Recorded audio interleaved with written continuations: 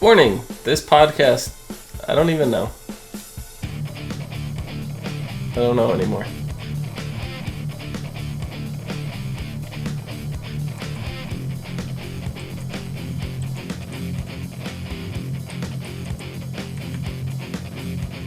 Hello everyone, and welcome to the ASOTV podcast for Fear the Walking Dead, Season 2, Episode 3, Ouroboros. That's still not right. God damn it. I'm your host, Glee. I'm with me. It's not Ouroboros. What is it? It's Ouroboros. Ouroboros? It's a little different. Yeah, I read that right. Also typed that out right. Yeah? It's not like Walking Dead Staten Island edition. It's a snake eating its own ass forever. Yeah. It's a little different. It's a little different. Just slightly. This is heroin in the snake. Mm-hmm. But anyway. Mm-hmm.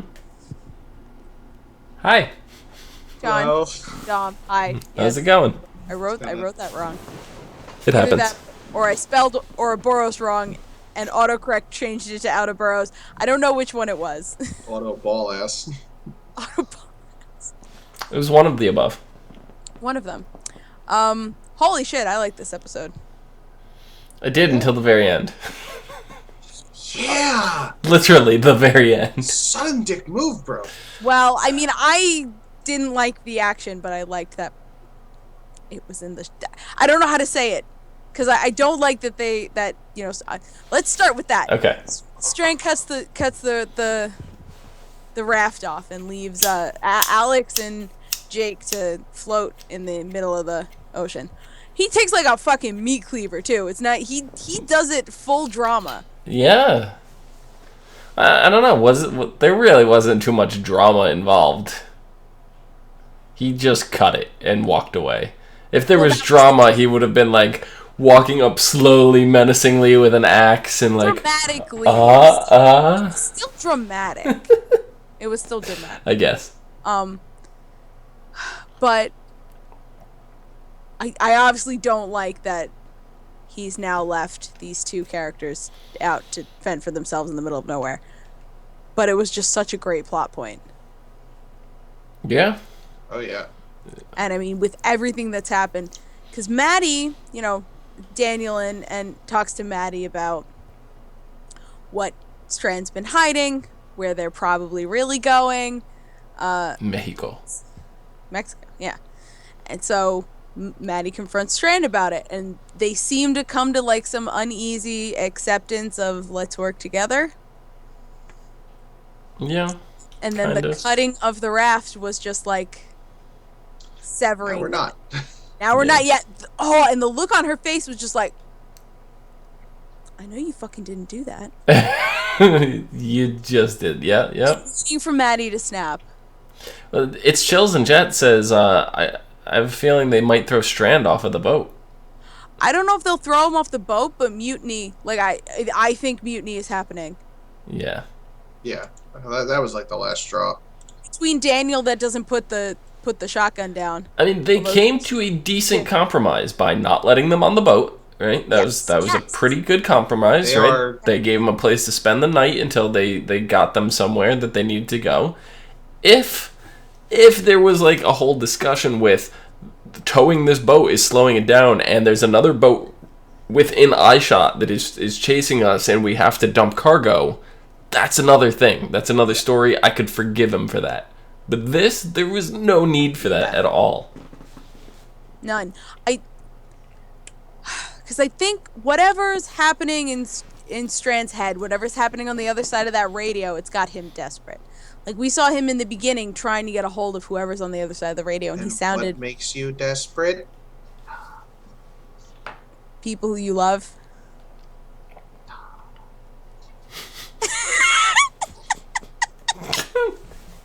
Yeah, no, you're right. He seemed very desperate, and we talked about maybe Strand's got someone he loves, and that's where he's going.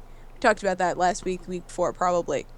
And I was like, goddammit. I was like, oh, maybe not. But the look in his face and the sound of his voice in this episode, I was like, yep. So definitely somebody he really cares about. Yeah, I mean, it has to be. I don't... There's no other reason why he'd be acting like such a dipshit. Yeah. because he is super desperate. I don't know. I was like such a cock tease too, because it's like, oh, cool, they're gonna join the cast. Nope. Bye. Well, we don't know. We don't know what's gonna happen in the. What is she gonna do? Jump off the raft and swim at the other boat, going like 45 miles an hour? No, but whatever happens, like, I'm not sure they're gonna make it to Mexico. No. That boat is still following them. They are still under threat, and now that boat has had 18 hours. I would guess to catch up with them. Probably. It's not looking good for them getting very far. Yeah. So there is still a chance that Alex and Jake could be on the rest of the season. Maybe not for an episode or two, but I don't know, the way it's feeling right now, like they're coming back. It's a one-off thing, and I really hope that's not the case. I really do too. They really put so much. Yeah. The whole web series. I mean, what was the point of all that? Just to like, bye. Yeah, they put so much into it. I don't know. It could be something where like they're giving us other stuff to look at now, because like so on The Walking Dead, right? We've always dealt with one group, right, and we've always focused on that.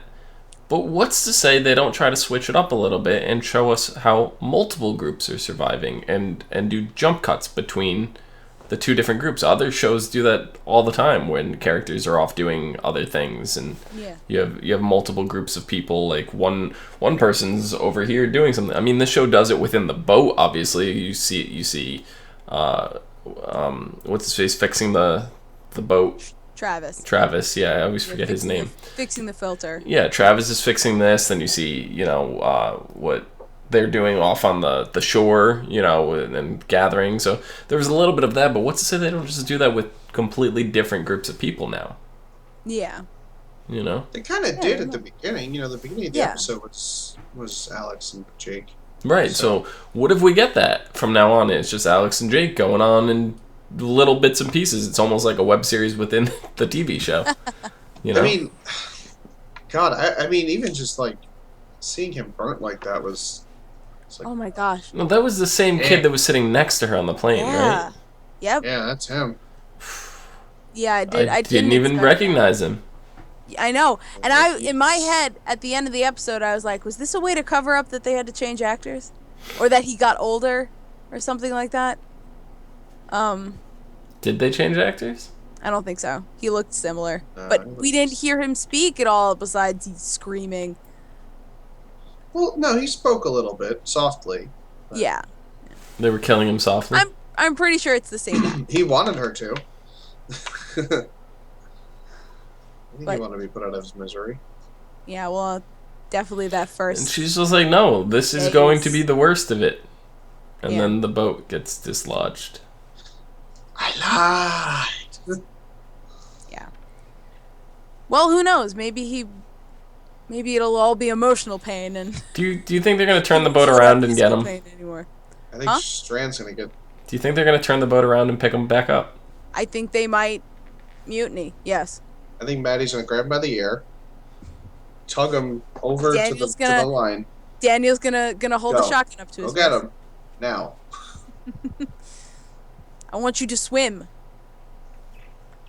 Yeah. You're gonna put the rope in your teeth. You're gonna bring him back. You see, I don't know. I think the danger is closer than we think, and I don't think that they'll have time to turn around.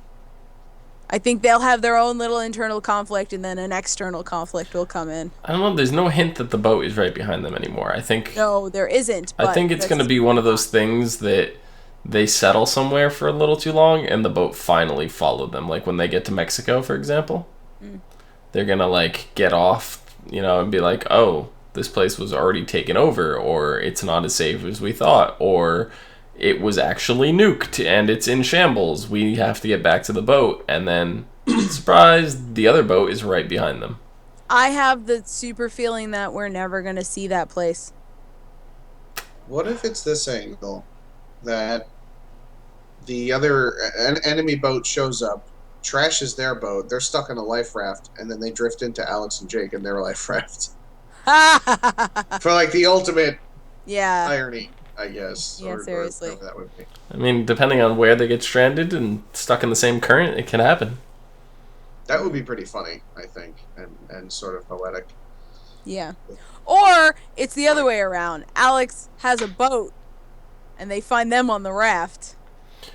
Or Alex gets on the danger boat. Ooh. Or that, yeah. Danger boat! The danger boat is in the danger zone. Danger zone! Yes. I mean, I don't know. I'm very curious as to how that's gonna go. Yeah, me too. I don't know. Oh, hey. Speaking of putting someone out of their misery. Chris? Yeah. Yeah. Well, yeah, and it was Abigail who started. Abby? Is that her? Alicia. Sorry, no, Alicia. Abigail's Alicia who... Huh? Abigail's the boat. Yeah, right. We've been over this last week. Are you a girl or a boat? So, yeah, Alicia really stepped up and said, no, we can do this. We're in the shit already. Let us help. Right. And I really like that Daniel stood up and said, yes, they should be able to do it. And was sort of like a chaperone. He had an ulterior motive. I mean, of course he did. it's like a medicine for. But I think this is a good step to getting the kids, to help in the future and having Maddie maybe not have so many heart attacks while it's happening. And it wasn't until on the Talking Dead, when they brought up Alicia. Mm-hmm. You know how Chris Hardwick always refers to the actors by their actor name, and like they talk to them in the third person about the characters, and he was talking about the actor Alicia, and I'm like, wait, what? And it's true. The actress is the same name as her character. They're both Alicia. It's spelled differently, but yeah. Oh, that's really funny. Yeah. So, I mean, I've always wondered that. I was like, how come actors they've never been cast in a role where their name is their name when they're not playing themselves? Like when they're playing a different character. Mm-hmm. Because you see certain people go in and play themselves, and obviously they get called their own name, but you never see that otherwise, and it's just like that's got to be interesting because. How do you get into character if the character is your own name? It's like maybe she has a nickname. Yeah, I don't know. I feel weird in that, but at least you don't have to worry about being wrongfully addressing somebody. Wait, my name is Jake. Okay, somebody goes Jake, and you're like. But that's a thing that some actors will do on purpose. They'll have everyone call them their character's name while on set. Right. It's just. She doesn't have to worry about it. No, yeah. No, that's great. It's a lot less confusing. Mm-hmm. Or a lot more confusing, depending on the situation. I guess. But yeah, Chris was like, yeah, I want to come totally to help find supplies. He was looking for a fight. Probably. No, definitely. He was looking for a fight. It's the only reason he wandered off. He's like, I'm totally looking for stuff. Yeah. He's humming "We Will Rock You" to himself. No, but the actor Lorenzo was on Talking Dead. Did you guys happen to watch Talking? No, not this week. The actor was on, and he was talking about it, and something that I didn't even make a connection with. He said that for him to have to execute a living person as opposed to a zombie in this case. Mm-hmm. Kind of put things into perspective because now he has to look at that and reflect on his father killing his mother. Oh yeah, that's what I thought. Yeah. That's gonna give him a window into what Travis had to do. Yeah. Mm-hmm. And that was a man he didn't know. Yeah. Right. Well, I think we mentioned this early, a couple podcasts ago, where it's he's gonna be put into a position, and if he can do it, then he'll understand a little more. Yep, so this is definitely going to help him understand that a little bit better. Yeah. Or send him off the deep end even more. Yeah, he kind of had those dead eyes when he came out. Serial killer tendencies. Hello, darkness, my old friend. I don't know if we're going to serial killer, but he definitely was didn't get the chance to process what he had just done. He's gonna be the one to kill Strand. See, I don't know if they're gonna kill him. If they are, he's gonna be the one to do it. He's just gonna club him with Daniel, an armrest again. 1000% would just not hesitate. Daniel would love to, but Chris is gonna beat him to it. Yeah, maybe. By the way, just want to say, kudos to the fucking spine sticking out of that guy's back. Yeah, that was really creepy. You skipped a little bit there for absolutely no reason, but I understood what you're saying. That the prosthetic art or makeup spine thing was Okay. I was just like, no. Yeah. But as soon as we saw that, it was just like, he has no spine. Ah. His back is broken. Oh Jesus. Yeah, that was bad. It looked phenomenal. It was really funny because my dad was like in the room when I was watching it, and he was like on his phone, and then he looked up and he just was like.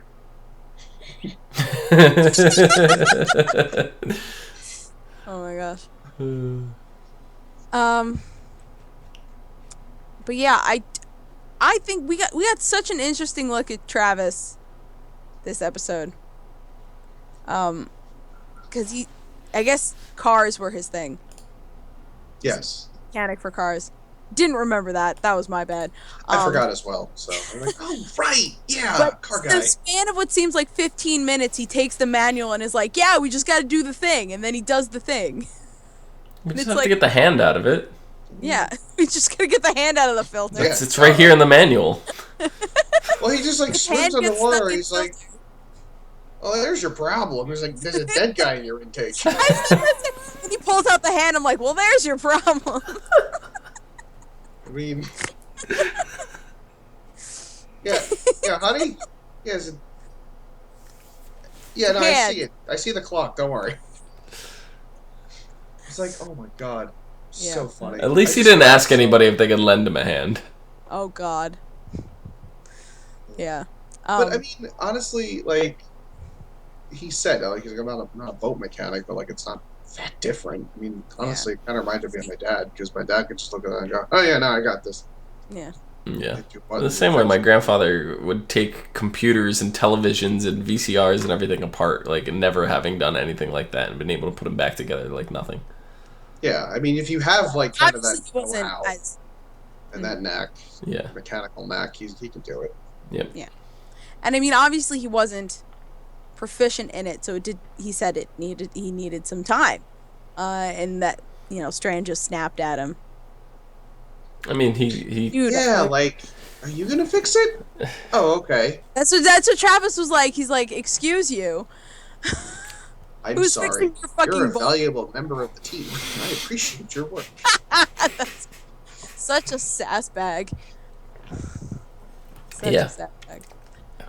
But I really enjoyed the like strain we saw in Maddie and Travis's relationship. Mm-hmm. Well, you even got to see like they were almost getting it on, and then they got interrupted. Again. No time for boning in the zombie apocalypse. None. Right. I mean, in the comics, it's okay. Yeah. Plenty of time in the comics. Yeah. Yeah. Pages of time. I mean, it was, I'm like, are they getting shot at? Like, what the fuck is that noise? And then they come downstairs. Like, oh, it's the engine, thank God. I don't know why I thought it was like Strand throwing a hissy fit. Like, why did he stop the boat? So what you're saying is that Strand is Kylo Ren? Oh my god. Yes. No. He's just trashing the bridge, and Maddie and Daniel walk up, and then they just turn around and walk away. Yep.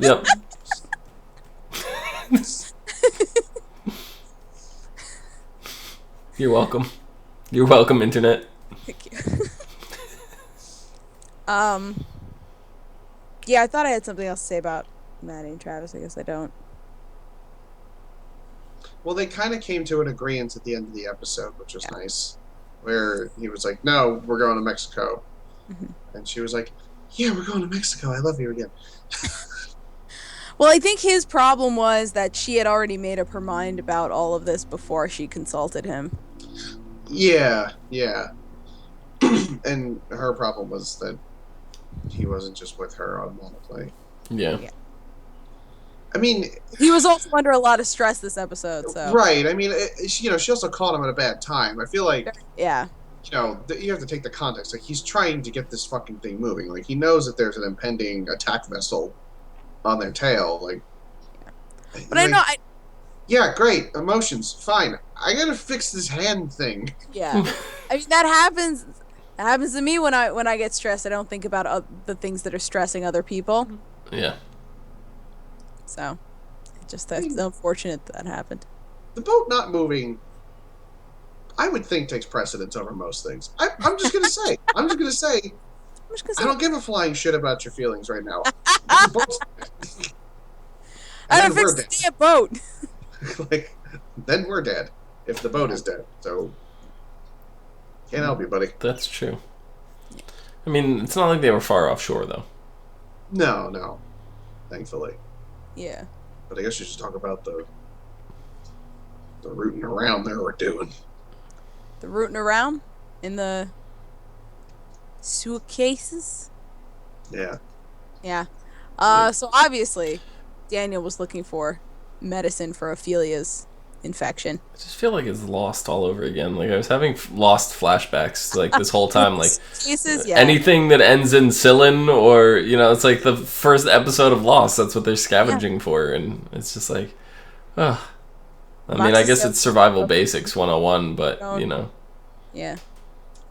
Which, I mean, especially when there are people who actually need medicine. Yeah. But again, it was like Nick really showing everyone up, like, this whole episode again. Like, he's like, no, this is the medicine you need, you fucking idiot. And he finds it. He finds it. And then, he got discovers lucky. And then discovers the whole, I smear myself in their innards and they don't see me. Oh, he figured that out, like, so quickly. Yeah. Like, because, well, I think he figured it out on accident again, because that zombie on his chest was probably bleeding on him. And realized, like, wow, this thing doesn't sense me. So he became part of the pack and took them out from the inside, and also had a bit of a staring contest with one of them. Well, that was his test. Like, he was already in the middle and doing okay, but noticing he was just like, so. Yeah, he noticed that and then got up. That the test was getting up in the zombie's face.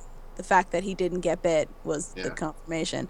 And I think that's like that exact thing is what Strand sees in Nick.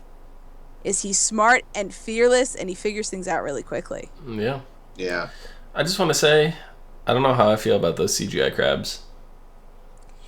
Why was a crab all up in a zombie torso? That didn't make any sense to me. It's meat.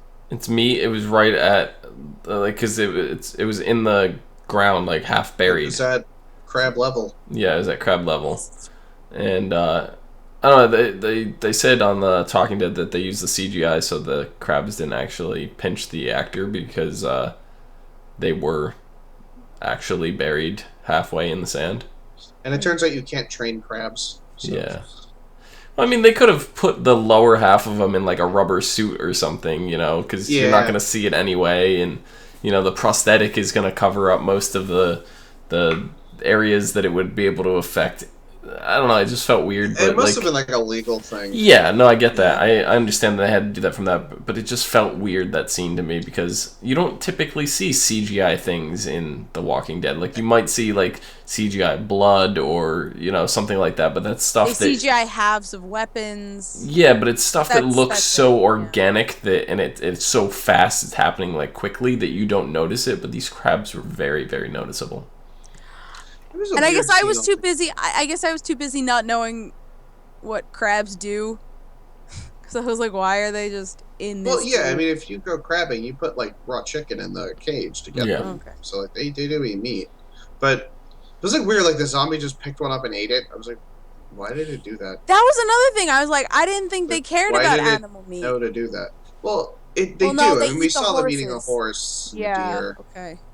But it's just they typically can't catch them. Right. I mean, but it's a crab. Like, why would he go like, oh, your food?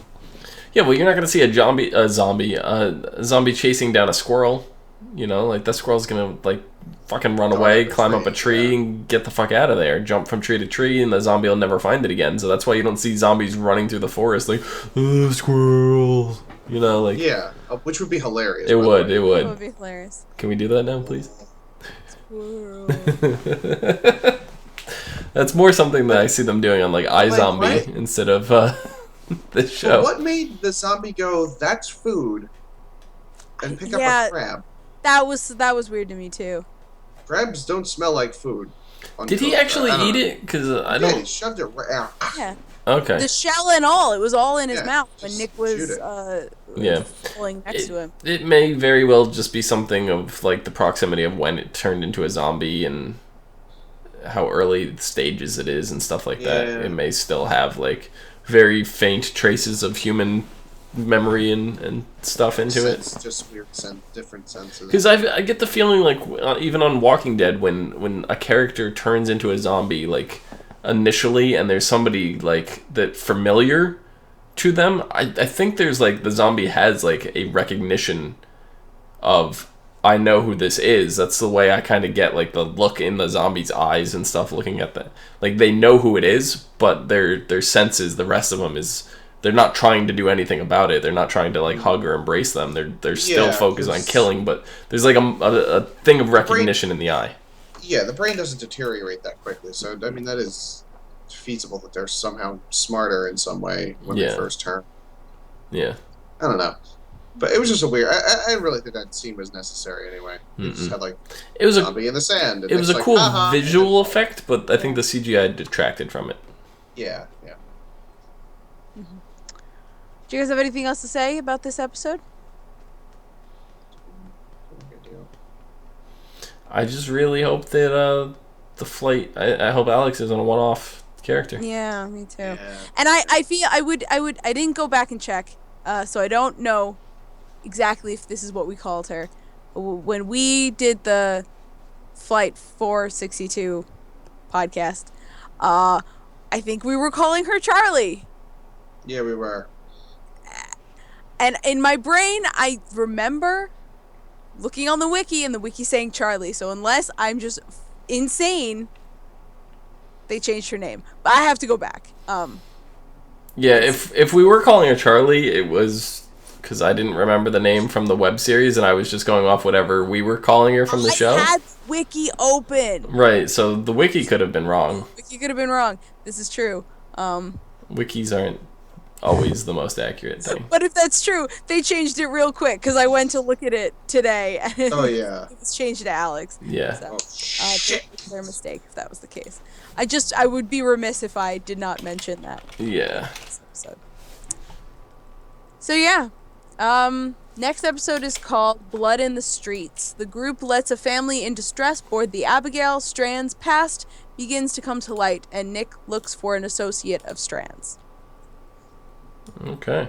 I guess they're hitting land. Yeah, there aren't any streets in the ocean, so. Mm-hmm. So that's that. John, where can the people find you? You can find me drinking this water at no more on Twitter. Dom? Oh, I do. Wait, you drink water on Twitter? You don't post things, you just drink water. And he has Twitter open while he drinks water. He doesn't do anything with Twitter. No, I just look at it and then drink this. Got it. You can find me down below at Phenomedom, PHENOMEDOM. Do. And you can find me at Cleomoto on Twitter, Twitch, and Pinterest. And you can find all of us at ASOTV Podcast on Facebook, Twitter, Gmail, Google+, and right here on YouTube. Axe Daily Fragrances. From some of your favorite TV shows, movies, and video games. Until next time, bye-bye. There may have been an ad playing 3 seconds ago. Oh my god. Only for 2 seconds. Oops. Good job.